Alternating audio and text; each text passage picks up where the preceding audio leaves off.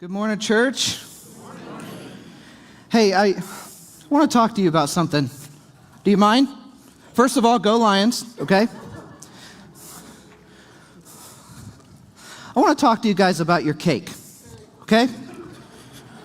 If you wouldn't mind for a moment. I want to talk to you about your cake. So what I mean by cake, by the way, it's not what you think. In fact, this is one of those things when I tell you what I mean by cake, you're like, oh man, I hate when churches talk about this. In fact, you're like, I'm going to take my cake and go home because I like my cake and I like to eat it too. I feel you. I've been there. I know exactly what you're saying. Okay, believe me. So this is a topic that it's actually a very Western view of cake, but it is one of those things that like you don't want churches talking about this. But the truth is, at all the places that you think that should talk about cake, it's church. Now, by cake, you definitely know what I mean, right? All the signs point to there. When I say your cake, I mean my money. I mean, some of you didn't know, I am good. I mean your money, I mean our money. I just want to talk a little bit about money. And I know it's none of my business, okay? But I want to talk about money because I want to talk about one of the things that Jesus actually unapologetically talked a lot about. He talked about it quite often, actually. But it's something that, like, for some reason, we disassociate this part with church. And I'm going to debunk a couple myths up front so you don't have to walk out. Just hang with me, okay? But I specifically want to talk about when it comes to our money, not how much you have or how little you have, but I want to talk about generosity, okay? And I want to talk about really what generosity really means. But I want to be clear about some things up front, okay? Do you mind? Here's the first one. A church should never tell you the amount that you should give. And I know there's this argument that's like, well, in the Old Testament, there was a number. We're under the New Covenant, under the New Testament. And Jesus, what we'll talk about today, his words, he never actually gives, he never gives a number. In fact, his is much deeper than that, okay? Jesus wanted us to do something very specific when it came to generosity with our money. And we're going to talk about this in a moment. But I wanted to just get a couple other things right out of the way because I didn't realize people didn't know this. But yes, this is my only job. And this is Kenny's only job. And Carla, Tori, this is like what we do. And I've had actually, there was a student that I had in a previous youth ministry that asked if I lived at church. But like this is our job. We had friends out in California. This was really funny. She was like a completely different religion, but they were really close friends of ours. And my wife was talking with her one night, and church and giving came up. And she's like, tell me about that. And she kind of explained, and she went, wait a minute, you mean to tell me that your husband's salary in Los Angeles is based off of people's donations? She couldn't even fathom that. But I was like, yes, actually, it is. It is based off of that. Pastors, here's another thing that you need to know. Pastors and staff of a church, even though they work for the church, ought to give back to the church that they serve at. And it took me 10 years before I realized that. It's not that I didn't realize it, but you know what my excuse was? I worked there. Right? Like, why would I give back to a place that I work for? And then thankfully some good mentors of mine, which also included my wife, showed me that was not the way that you should view those things. And then if you're a part of a church, here's the last thing, okay, and we'll jump in. If you're a part of a church, which means if you rely on that church in any way for your spiritual growth, you should give to that church. And by give, I don't mean your time. You can't assign a monetary value to your time because you'll never run out of that until you die, okay? But our money, for some reason, we disassociate a little bit with our time. And I'm going to tell you why in a moment. So before you tune me out, before you run, if you remember last week, I did show you where the exits were. They're right there and right here, okay? But before you do that, would you please just let me share with you a story straight from Scripture? And it has to do with our cake, our money. But before we even jump into that, can I just say this? We are in this together today. This is a topic that when I started to feel like God was saying, hey, like maybe think about like being a lead pastor of a church and teaching at a church, this is the one thing I'm like, as long as I don't have to teach about that, I'll just get the executive pastor or someone else that like maybe a guest speaker to communicate on this. I don't feel that way anymore. And here's why. This church changed my perspective on why it's important to talk about this. And you'll notice we don't really talk about this very often. But one of the reasons is because this is a very generous church. And you guys who call this church home, you're the reason that we're able to hire staff and look out into the future and think about that. You're the reason that this building looks the way that it does now, and there's still much more we're going to do, but you're the reason that we were able to do that, debt-free, by the way, because of you, which was amazing. You're the reason that we were able to do like this rebrand. I see so many of you representing your new logo and shirts. It's really fun. You'll notice, and if you're a Packers fan, I'm really sorry, but you'll notice that our blue is a little bit like the Lions blue, okay? So please still wear it if you're a Packers fan, even though you might cry this afternoon. That's okay. But it's also the reason, your generosity is one of the reasons why we're able to focus on things like we're focusing on this year, which is our student ministry and doing things like this youth experience that you're going to hear about. So I'm no longer afraid to talk about it, but here's what I want to say to those of you, and I know I've got 5 to 7 minutes of this message before you tune me out. So I'm at about 5.5 minutes, so I want to talk to you before you do. If you're not a church person, or you're a de-church person, like you used to go, you don't anymore, or if you are a church person, but this isn't your church home, you don't have to listen to anything else I'm going to say. And I never really do this, but I'm just going to talk to people that specifically call KCC their church home. And if you do call it your church home, I promise this is not going to be a guilt trip Sunday. I am not that kind of pastor, and I hope you know that right now, okay? I'm just going to talk about what Scripture says. But if you are a visitor, you don't have to listen. So the time you finally come to church with your friend, you can go, ha, he told me I didn't have to listen, now don't ask me again, okay? And you've done your due diligence. But I do think that you might want to listen in a little bit, maybe as you're checking the pregame for the Lions game this afternoon, okay? So members, if you're a part of this church, and we don't really have traditional style membership, but if basically what I mean by that, if you rely on us for your spiritual growth, and you partner with us with our vision to know Jesus and make him known, we do ask you to give. And we will never ask you an amount, because that is between you and God, as we're going to see here today with this story. And I'll show you why in a moment. Your financial situation, even if you don't have a financial situation, okay, is still given to you and is a gift. And everything that we have, whether it's a lot or a little, is used to glorify God. And I say that if you're a Christian, if you're a follower of Jesus, you know exactly what I'm talking about. So even when it's challenging, all right? So let's just pretend that this is like our financial picture, this nice, yummy, really yummy cake, by the way. This is a picture of our financial situation. Now, I know some of you out here, you're like, that's too small for my financial picture. You have like a Texas sheet cake, okay? You've worked hard. You worked hard. You had a good paying job. You're like, that's insulting, Philip, that it would fit on a tiny table. I get that. Like, good for you. I'm happy for you. But it still applies to you. This is just for argument's sake. And then some of you, you're like, my financial picture is like one of the fun-sized ones that you can get at Meijer, okay? So like this doesn't even compute. In fact, mine's not even fun size. It's like a Gabby's dollhouse size, okay? Like that's more my financial picture. Wherever you find yourself, let me share with you a story. As Jesus looked up, he saw the rich putting their gifts into the temple treasury. He also saw a poor widow putting in 2 very small copper coins. So we've got two types of individuals here, okay? 2 types of people. And there's nothing wrong with either of them. But let's talk about the rich ones who were going up and just throwing in large sums of money, which all the disciples were actually watching this along with Jesus. So they're throwing in all the sums of money. And for them, they didn't feel it as much, right? Like you assume that from the context that they're like, hey, like I got this. We can do this all day, all right? They're given a lot of money. But then you have this other person, the widow. And she goes up, and whatever she puts in, she will literally have to rely on divine intervention to even eat that day. It's everything she has to live on. So two types of people in this text. Now, let's listen to where Jesus is quoted talking about giving quite often. I'll just give you a couple today, but here's a few, okay?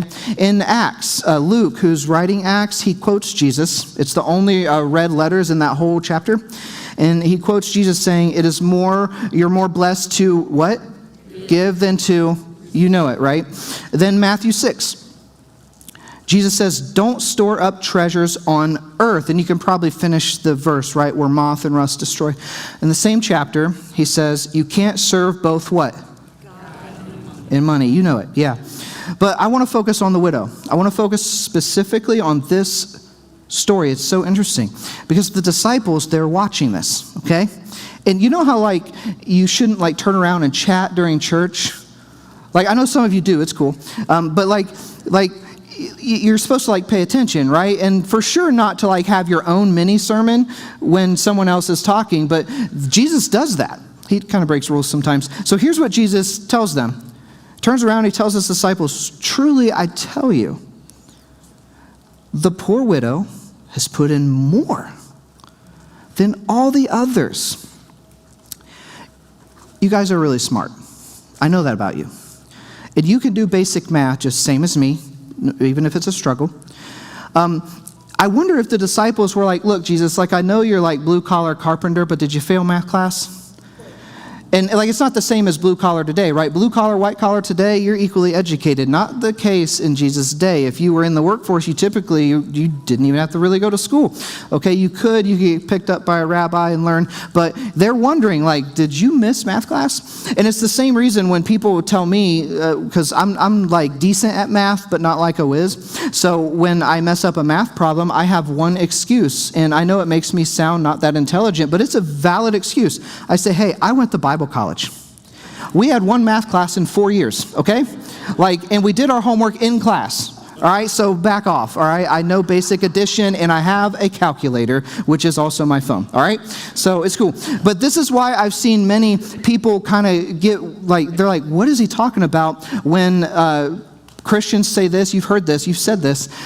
God's math is different than our math. And you're like, math is math. It doesn't make any sense to you. So let's talk about that. Because that Jesus guy, man, he kind of just does whatever he wants, right?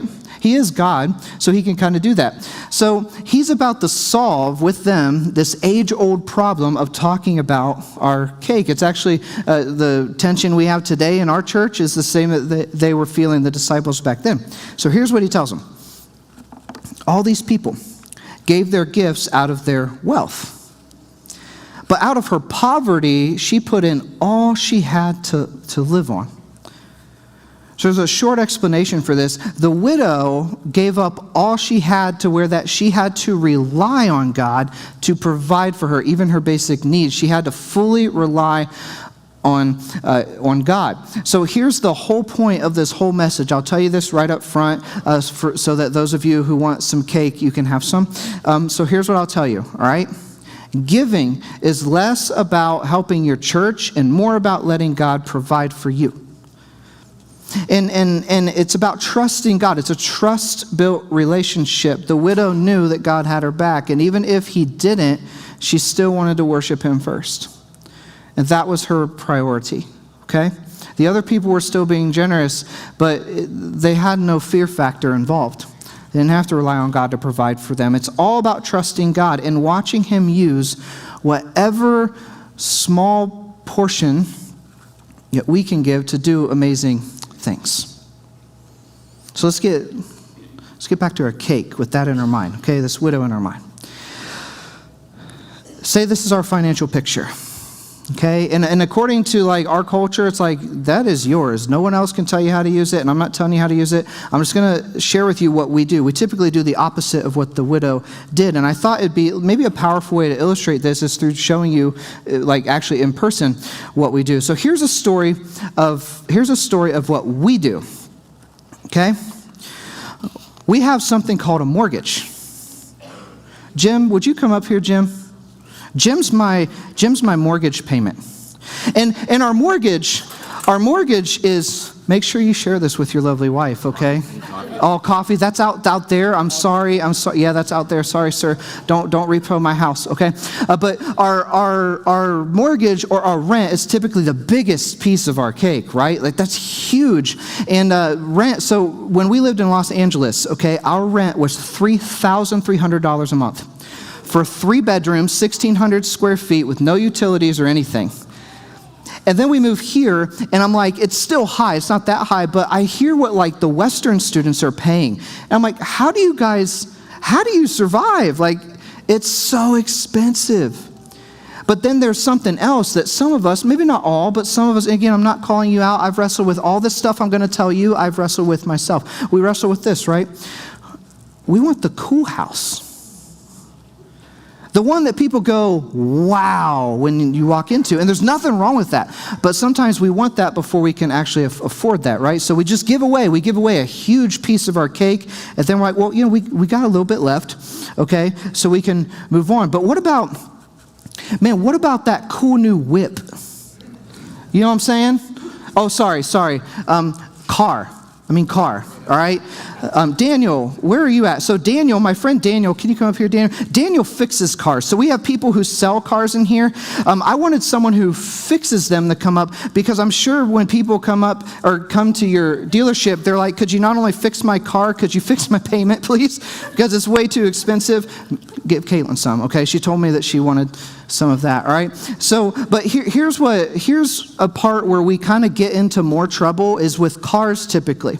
I want to quote Dave Ramsey. Dave Ramsey is a big financial guru. He's a Christian, but I do want to quote Dave Ramsey because he said this, and I was honestly insulted when he said this, then I thought, makes sense. He said in a podcast recently, you'll never be upper middle class if you continue to drive the nicest cars, but you don't own your house. And I'm like, that's so interesting. Now, I know this, I enjoy my truck, but I know nobody else cares about what I drive as much as I do. But we drive for status, and sometimes now for some of us, we don't care, and it's evident that we don't care. We're like, it gets through from point A to point B, and I envy those people because it doesn't matter. It's not an issue for you, but it is an issue for a lot. We give a lot of our cake away to those two things, but boy, there is more, isn't there? Not everything we put our money into like strokes our ego or is necessary to get to our job. There's other things that are really important to give our cake to. Like, what about your kids? And not just your kids, but like, Joel, would you come up here actually? I can't wait till it's my turn. What about your kids, right? So your kids, what about their sports? Like, you want them to have fun. You want them to be able to do things, right? And Joel, I know you guys know, travel sports, the detriment of all your paycheck. It's so expensive because not only does it take a lot of time, but it takes a lot of money. And they give you a $60 jersey after you give them $4,000, okay? So, but it's hard, right? It's hard. But like, some stuff is necessary. What happens when you get sick? Babe, would you come up here? So Sarah's my doctor bill, all right? And like, what happens like, thank you. What happens when you get sick or you have a baby? You're like, well, I got insurance with a deductible that is more than the balance on the car you overpaid for.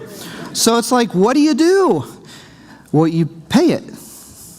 You kind of have to. You give away another piece of your cake. And if you're like me, you're looking and you're like, it's going quick. There's times when our kids, they look like they're going to get sick, and I'm like, if you ain't puking blood, you're not going.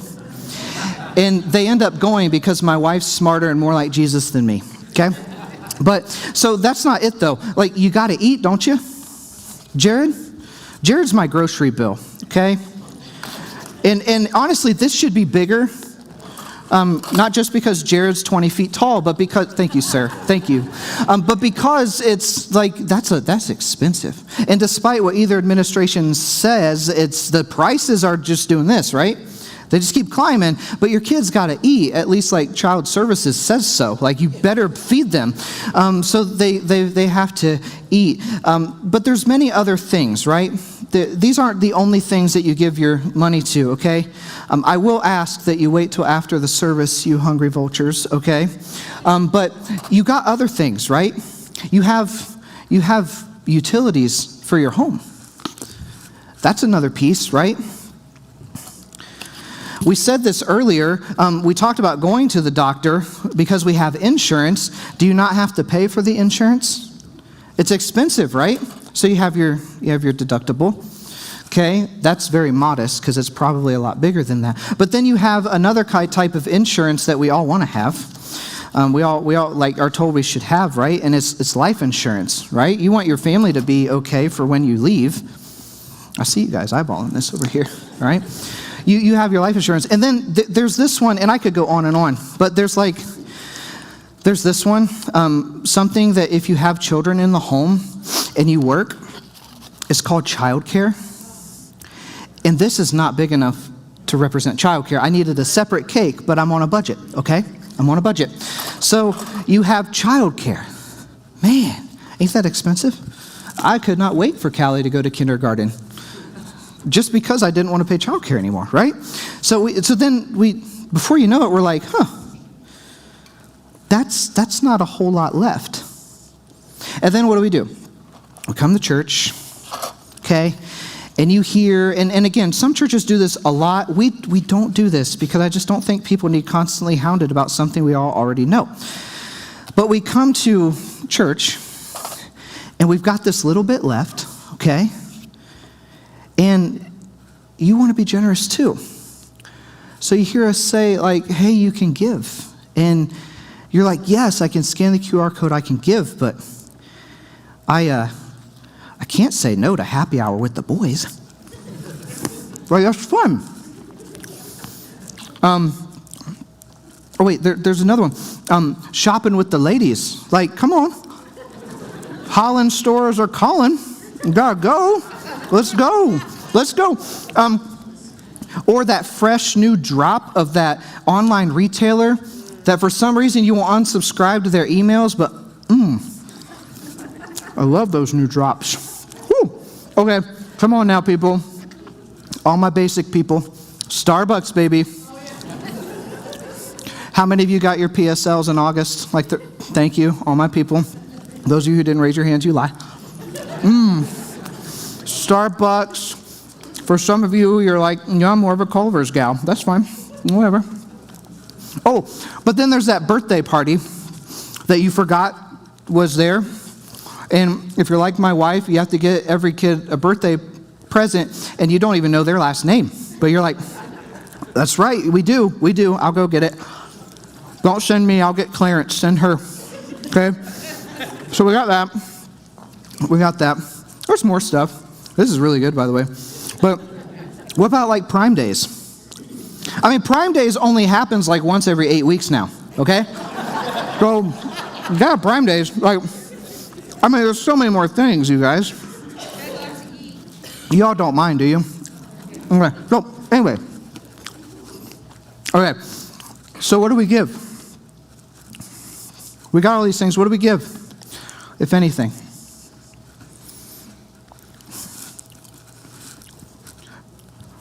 We take whatever little bit that we have left,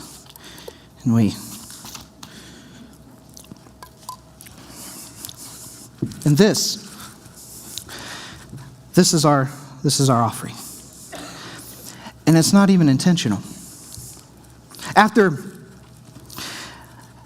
paying the bills, after keeping a roof over your heads, after literally doing everything just necessary to survive, and this is all you have. And they're not all bad things. In fact, none of them are really bad things, but the way we think is so unlike the widow. We're like, well, this is all I have. And hear me say this. It's not that I think you have to do it first so that you give more. That's not it. It's the last thing we think about. That's all. It's just the last thing we think about. Okay? The amount is irrelevant. It's more the frequency and the worshipful attitude of like, God, I'm trusting you with this because you've trusted me with this and you've given this to me. So what's the lesson from the widow here for us? And you guys, this is a hard one because this is hard for me. I've been there. It's hard for many of us. It took me 10 years of ministry to be a regular giver at a church. I've been here 2 years, okay? So I have been a regular giver here. I see you doing the math, all right? Again, let me just say this. No church can tell you what you have to give financially. We're just supposed to teach what Jesus teaches, and that's this. Just sacrificially. The whole point of sacrificially is you go without something. Not your kids' food, by the way. Okay? But you go without something and trusting God to provide for you. Now, you don't go without your PSLs trusting God's just going to give one to you. Okay? If that happens to you, great. But it's going without something. It's trusting God. She viewed giving not as giving to the temple, but as giving to God. And Jesus actually says we're supposed to view that way. We are to trust him with our financial picture, however big or small it is. So here's, giving is an act of worship at church. And it's going without something so that you can trust God to provide what you need. But why don't we give? So often, most often, why we don't give is, and if we dare to explore the reasons, most often we don't give is because we're storing up some sort of treasure here. And I would like to, in my just few short minutes, I want to expound a little bit on what one of the verses that I quoted to you that also was from Jesus. Jesus says, "Do not store up for yourselves treasures on earth where moths and vermin destroy, where thieves break in and steal. But store up for yourselves treasures in where? Heaven, where moth and vermin don't destroy, where thieves don't break in. For where your treasure is," finish it, "there your heart will be also." Jesus knew the hearts of his audience. And he knows your heart. He knows my heart. And it's not even that we don't want to be generous, and it's not just at church, right? It's with people, it's with family, there's all different kinds of ways to be generous. We don't want to be generous. It's not because we don't want to, it's just we don't think about it. There's things that keep us from wanting to do that because we're storing up the treasure here. Can I just say something that always just irritated me? Especially like some people will say to pastors, they're like, we're paying you too much because you drive something that's not like it looks nice, and or they'll go to someone else and it's so judgy, but they're like, oh, you should probably give a lot, I give a little. Like, you compare yourself. You probably don't say it. There's nothing wrong with having nice things. Here's where we go wrong. It's when having the things we have replaces our ability or desire to be generous and or rely on God for our needs. That's when we run into issues. It's when what we have physically replaces the ability to trust God. And some of us get into that. So here's what I want to do, okay? There's only two things I want you to take away from this. And they're for two different kinds of people. There's for those of us who have never given ever before, and there's those of us who regularly give. So here's the two things I want you to do. If you've never given before, or it's just been infrequent, just give for the very first time, okay? And it doesn't matter the amount. What matters is the frequency. So my challenge to you would be to say, I'm just going to start, okay? And start small, but I'm going to make it regular. So I've got an alarm on my phone that tells me it's time to do this, okay, when the paychecks come around. So give, and then we trust God to provide what we need. But then there's those of you who have given for a really long time. So my challenge to you is just always ask God, what would you have me do now, moving forward? And to trust God with what He says. So here's what I want to leave you with. God will supply what you need, okay? And sometimes we deflate others. Sometimes we deflate others not intentionally, but sometimes churches will deflate others by like telling you these stories of people who gave and they got like tenfold back. That's not the guarantee. And I'm not going to lie to you. That's not what happens often, okay? What happens, and it's really interesting how God does this, this is why people say God's math is different than ours, is needs are just provided for. Your basic things, like things that you didn't even know you need, are sometimes provided for.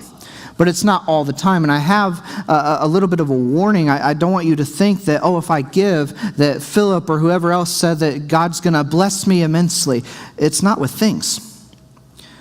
The blessing comes from worshiping God with something that we hold so near to us and we easily disassociate with our following of Jesus. It's a trust. It's a trust thing. Okay? So the challenge, the final challenge is, I forgot this. I really want to tell you. Giving doesn't earn a place in heaven. Okay? It ensures that our treasures are aligned. But here's the challenge for you. Give for the first time, make it regular. And then if you're someone who is already giving on a regular basis, just constantly review and just ask God, like, what would you have me do? And can I add something else? Okay, and I don't know if I'll get in trouble by my other leadership for this, our elders, but I just do want to say this. I get that stuff happens. So please don't walk around with shame. Okay? Can you please do that? If you miss one, if you miss a time to give, don't walk around with shame. And know that we're not like counting and going to show up at your house, okay? That's not the type of church that we are. We're not. We want to give you the opportunity, just the same as all of our staff, to participate in what God's doing here. And we do hope that you will join us in that. But only if you call this place your church home. Just partner with us on a regular basis. Okay? Let's pray. Heavenly Father, thank you for your word and the challenge. It's hard to sometimes talk about these things, especially in our culture. God, you know that prices are so high and the need is there, and there's so many different things just pulling for our money, for our finances. Would you please just help us to trust you? And it's not just our money that we need to trust you with, God. I know that's a big one, but trust you with our time, our choices, our career, our children. That's a hard one to trust you with. May we just start to develop this relationship with you where we trust you in all things. Would you please go before us? Help us feel convicted, not guilty, but convicted, Father, to participate in something that's bigger than we are.